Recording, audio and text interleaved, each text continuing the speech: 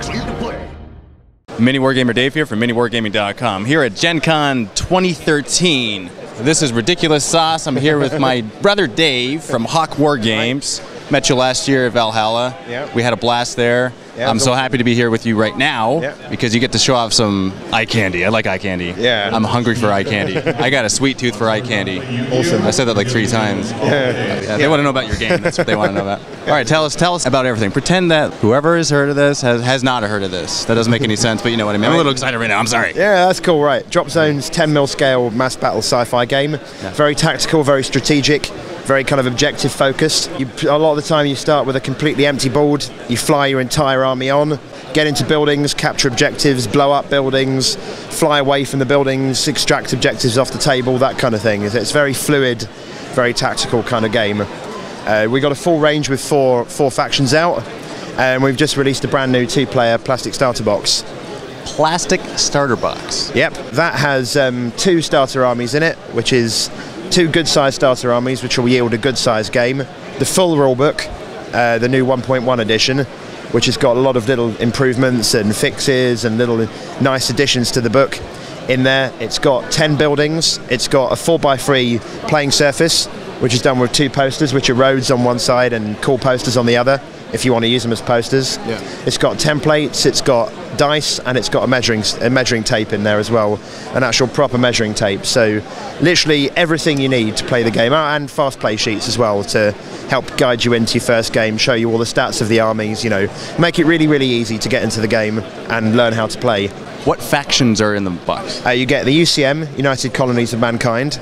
Good old humans. They're very kind of sci-fi, modern military style. And the Scourge, gribbly bad guys, very aggressive, very nasty, very powerful weapons, but close range, but also very fast. So they're if you can imagine it, a cross between Dark Eldar and Orcs. And that's kind of what the Scourge are like. They don't care about casualties, they just get in there and kill stuff. Yeah. You know. So something in particular that I noticed about your miniatures. First off, you designed all the miniatures yourself. Yeah, I do. I design all the miniatures. I write the rules. I write the background. I paint the models in the book. Everything. Kind of, yeah. And I heard a rumor that you just like you lived somewhere off the planet for a couple of years, developed the game, and then just exploded the world with the game. Yeah. When we launched at the start, I worked basically in a garage on my own for 3 years, developing everything else, and then we suddenly came out with the launch, and bang, that was just a year ago, and 1 year later, we've got our new plastic starter box, which is an incredibly fast development time for a new company. So it's been great. I mean, I tend to kind of lock myself away and design stuff. I work big hours and a lot of weekends, but it's worth it. Yeah. It's cool. I love this stuff. I love doing it. It's awesome. That's good. That's awesome. But what I wanted to say about the miniatures is that they're incredibly detailed for the scale that they are. Like everything, even the tanks, even the little infantry. Like we'll show it a little bit later, or right now actually, and they're fantastic. The ships, the transport vehicles, the tanks.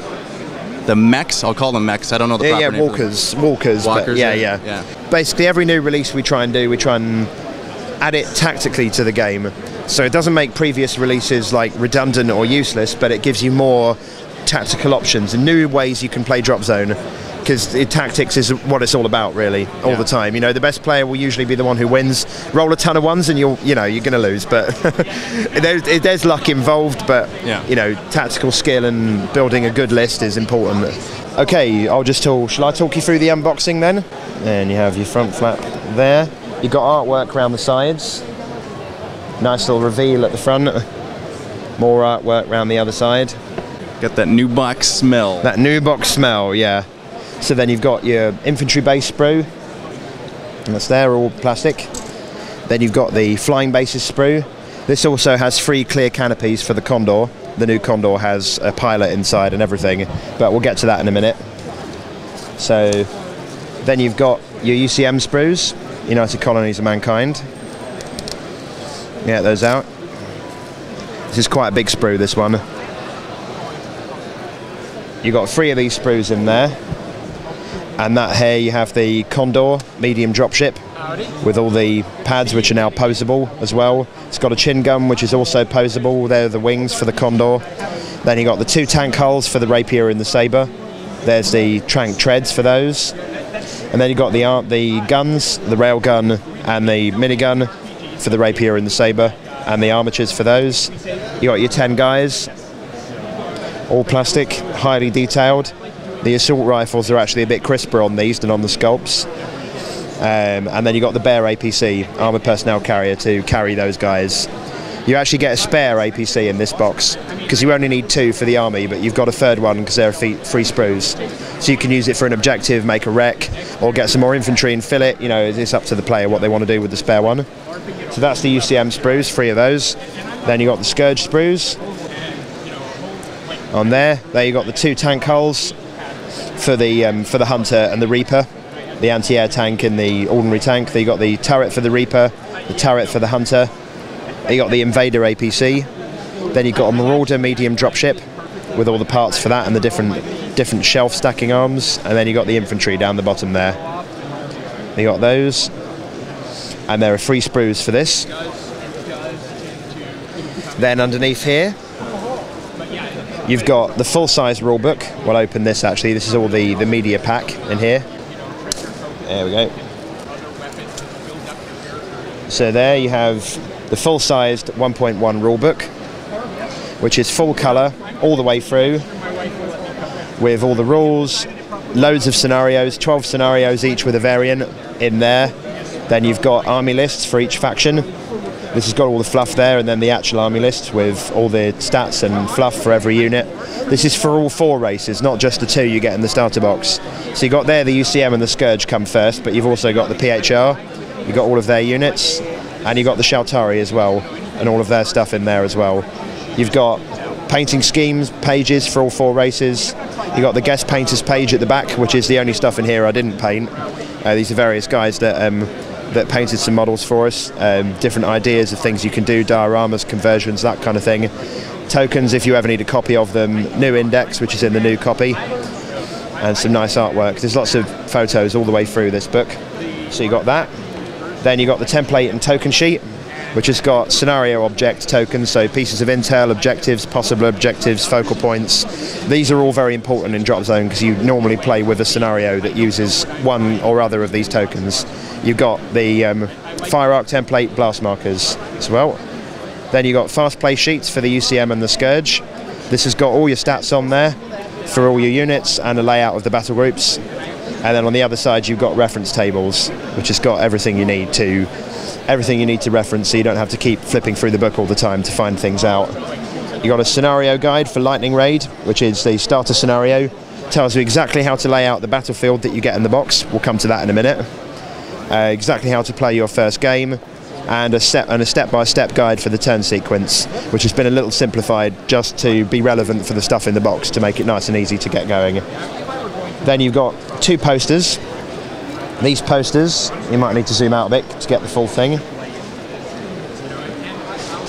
These, you've got road layout on one side, 2 of these posters, which makes a 4x3 board, but on the other side you have box art. So you have the artwork for the rulebook on one poster, and there. And then you've got the second poster with the other roads. You can actually lay out the roads in 4 different ways to create up to 4 different table layouts. So there's your roads on one side, and then you have the brand new box art on the other, which is nice there. So that's just up to you how you want to use these. You've got a little bit of information about all the web content that we have. By the time this goes live, we've got painting videos which are going up, we've got how to play videos. There's already the Army Builder software which is free to download, which will help you create your lists.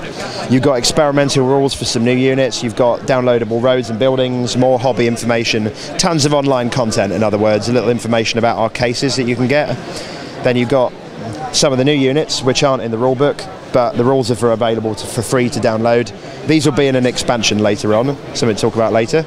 And then some information on some scenery like Cityscape that you can get. And then you got your instructions. Nice and simple, nice and clean, you know, not a scary instruction manual at all.